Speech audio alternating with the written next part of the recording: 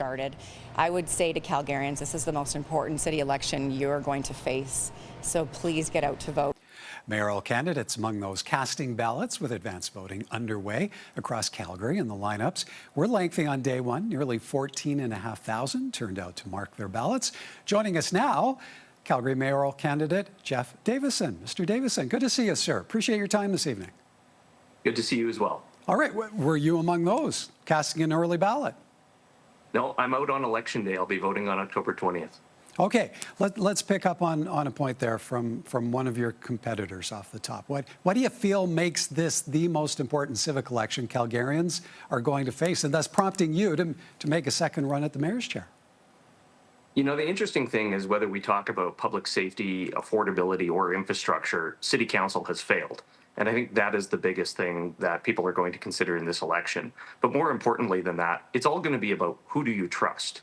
We've got candidates who used to represent they were somebody and now they're somebody different. We have candidates running on behalf of City Council who've had 4 years to get things done and haven't done anything. But now that we're in an election, here they are. For me, this is all about how do we address crime and disorder? How do we fix our failing infrastructure? And how do we do things like a tax freeze so that we create affordability for Calgarians? Okay, so now you're among the many mayoral candidates seeking to repeal blanket rezoning. What would you replace it with and address the issues of affordability and growth in Calgary? You know, the interesting thing with blanket rezoning is we were led to believe this is about affordability. But when the average row house is starting north of $700,000, that's not affordable.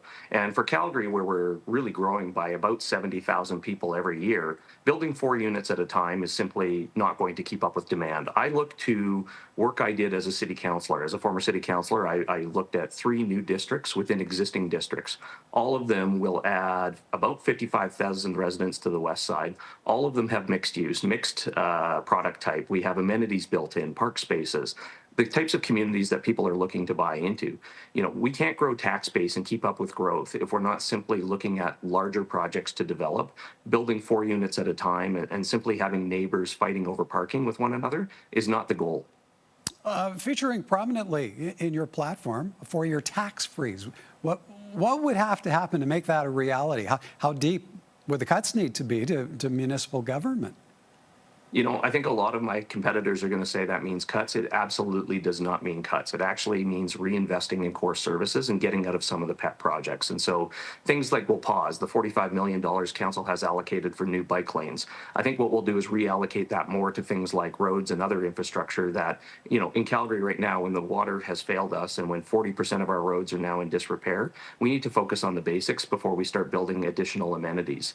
But to me, a 4-year tax freeze is absolutely possible. Remember, I did this job for 4 years as a city councillor, looking at how we manage our investment income, looking at how we grow tax base to offset inflation, looking at an industrial land strategy that will help us additionally build tax base where one doesn't exist today. All of these are how we're going to manage money differently in order to ensure that Calgarians have predictability in what their taxes are going to look like over the next 4 years. You've identified public safety as the priority issue to be addressed by the next city council. How would your approach differ from what's already being done? You know, again, it's interesting. We have city councilors running in this race that are showing up to say, well, here's what we're going to do to address public safety. But they've had that opportunity for 4 years and they've failed Calgarians. They've failed seniors who won't walk around downtown. They've failed young people who don't feel safe on our transit system. They've failed people like me who don't feel safe walking around without checking over our shoulder all the time.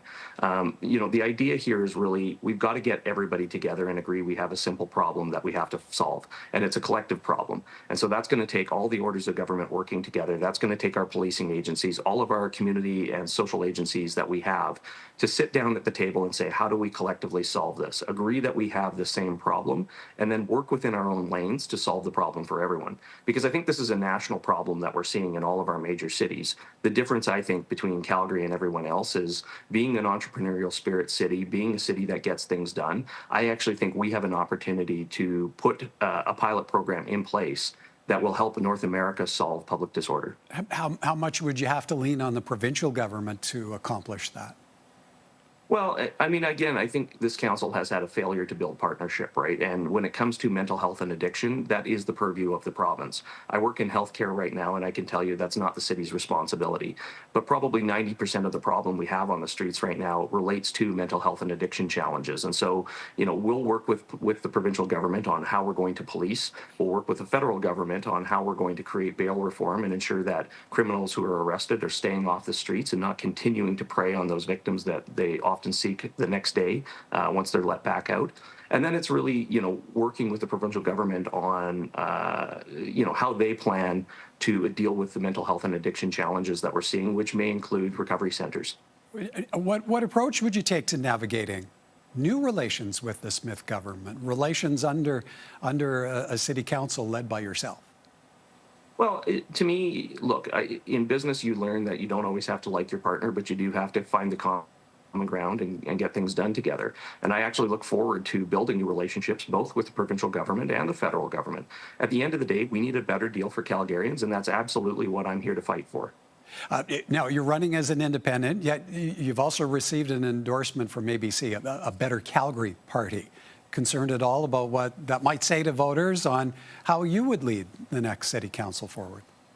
No, I'm absolutely thrilled that we have the endorsement. I mean, I am running as an independent mayoral candidate, but when large groups of people who have formed a party also say, this is somebody who we can work with, this is somebody who has aligned vision and goals with our values, I'm happy to take their endorsement.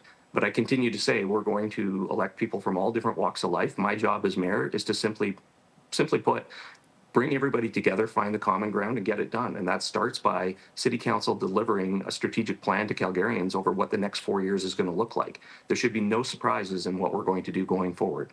And how tight a mayoral race do you expect this to be? Right down to the wire? It is right down to the wire. I mean, I think when you think just about less than 2% have gone out in early voting right now, it tells you that 50+% of eligible voters are undecided. And so this week is incredibly important. I mean, I think it's a tight race. I think everybody should vote for who they believe is going to be the best candidate.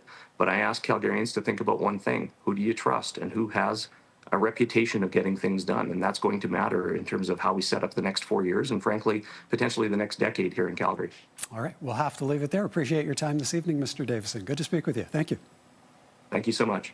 That's Calgary mayoral candidate Jeff Davison.